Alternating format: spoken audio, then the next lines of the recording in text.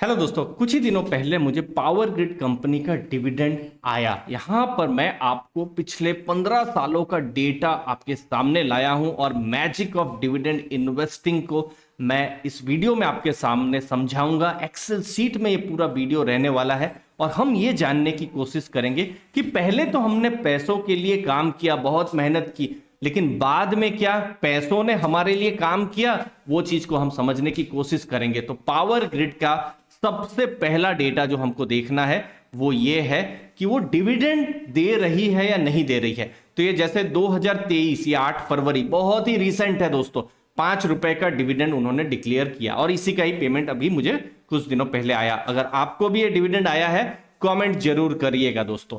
अब आप देख सकते हैं पिछले कुछ सालों का डिविडेंड हिस्ट्री और आप देखिए हर साल पावर ग्रिड की तरफ से डिविडेंड एटलीस्ट 2 बार तो आया ही है। एक बार फरवरी मार्च के समय में और एक बार सितंबर के समय में, वो फाइनल डिविडेंड। तो ये मार्च और सितंबर 2008 ये जो फाइनेंशियल ईयर है उसका ये डेटा में है और ये मैं कंपेयर करने वाला हूं। अब चूंकि 2000 यहां पर आप देख सकते हैं 2021 जुलाई में कंपनी ने एक बार बोनस दिया था 1:3, तो इसीलिए डेटा अगर आपको मुझे ठीक दिखाना है तो मुझे सभी डिविडेंड को बोनस जो है वो एडजस्ट करना पड़ेगा। तो इसीलिए मैंने एडजस्ट किया हुआ है, आपको मैं डेटा यहां समझा रहा हूं। तो पहला नंबर मैं आपको जो चीज समझाऊंगा वो है, फॉर एग्जाम्पल 2008 में, कब 2008 में फॉर एग्जाम्पल हमने 1 लाख रुपए इन्वेस्ट किए होते, कहां पावर ग्रिड में इन्वेस्ट किए होते, तो डिविडेंड हमको अभी तक कितना मिला होता। तो ये है टोटल डिविडेंड हमको अभी तक कितना मिला होता। उस समय में शेयर प्राइस एक्चुअली में 75 रुपीस के आसपास था। ओके, ये है 1 लाख रुपए और उस समय में शेयर प्राइस 75 रुपीस के आसपास था। टोटल शेयर 1333 होते, बट चूंकि बोनस को मैंने एडजस्ट किया है तो टोटल 1778 शेयर एक्चुअली में होते, क्योंकि बीच में बोनस आया था। ठीक है, तो ये मैं नंबर को मैंने जब कैलकुलेट किया तो अभी तक टिल नाउ 1,21,773 रुपया का मुझे अभी तक डिविडेंड मिल चुका होगा। मतलब मैंने 1 लाख रुपया लगाया, मुझे पहले साल तो कुछ नहीं मिला, 90 पैसा का डिविडेंड मिला, सिर्फ 1600 रुपए मिले, लेकिन पिछले 15 सालों में मुझे टोटल डिविडेंड 1,21,000 रुपए मिला। शेयर प्राइस तब 75 रुपीस का था, अभी 215 रुपया का है। तो वो वेल्थ को तो मैं अभी तक गिन ही नहीं रहा हूं, कैलकुलेट भी नहीं कर रहा हूं। ठीक है, तो पहली चीज है कंसिस्टेंसी डिविडेंड में आनी चाहिए।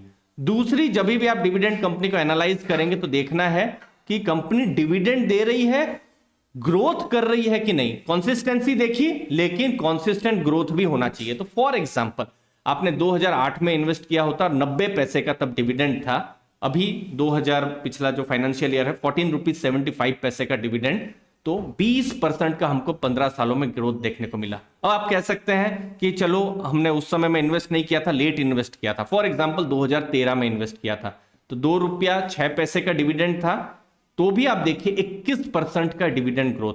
अब आप ये भी कह सकते हैं कि चलो हमने और रिसेंट में अगर इन्वेस्ट किया है, मेरे जैसे इन्वेस्टर, जैसे 2018 में 3 रुपीज 93 पैसे का दोस्तों डिविडेंड था और पिछले 5 सालों में तो डिविडेंड ग्रोथ 30% हुआ है। तो यहां हमने 2 कॉन्सेप्ट सीखे। पहला, डिविडेंड में कंसिस्टेंसी होनी चाहिए, दूसरा डिविडेंड ग्रोथ होना चाहिए।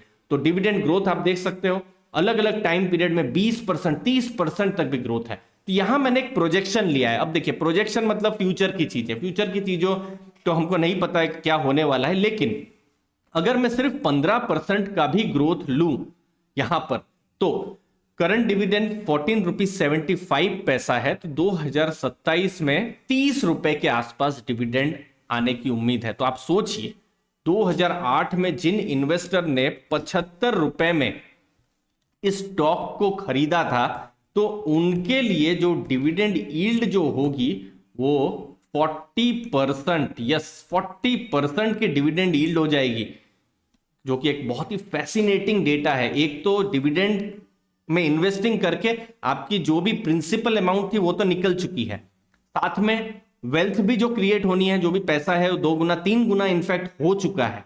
और यहां पर आपकी यील्ड, आप कुछ नहीं कर रहे हैं, एफडी में 6%, 7%, 8%, कभी रेट कम हो गए 5%, आपको पता है ये 5 से 8 के बीच में ही रहने वाला है। लेकिन कंपनी ग्रोथ करती रहेगी तो डिविडेंड भी ग्रो करता रहेगा। ये केस स्टडी है दोस्तों, यहां कोई मैं रिकमेंडेशन नहीं दे रहा हूं।